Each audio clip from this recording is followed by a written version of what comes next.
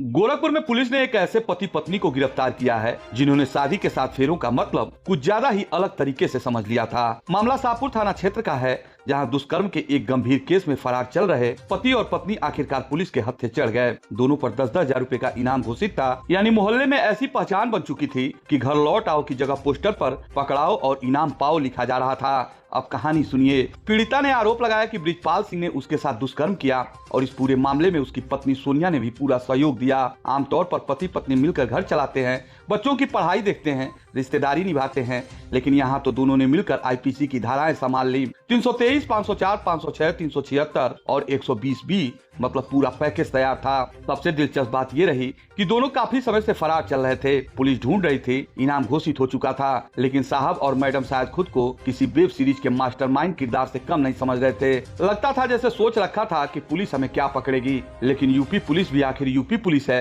देर लगी, लोकेशन आखिर मिल ही गई। और यहाँ सवाल ये भी है कि आखिर फरारी के दौरान दोनों खुद को क्या समझ रहे थे। क्राइम थ्रिलर के फिल्म के हीरो हीरोइन, क्योंकि आम आदमी तो बिजली का बिल आते ही परेशान हो जाता है, लेकिन ये लोग तो पूरे 1 साल तक पुलिस से बचते घूमते रहे। पुलिस को सूचना मिली कि दोनों मथुरा के कोसी कला इलाके में मौजूद हैं। फिर क्या था, शाहपुर थाना पुलिस पहुंची और दोनों को गिरफ्तार कर लिया।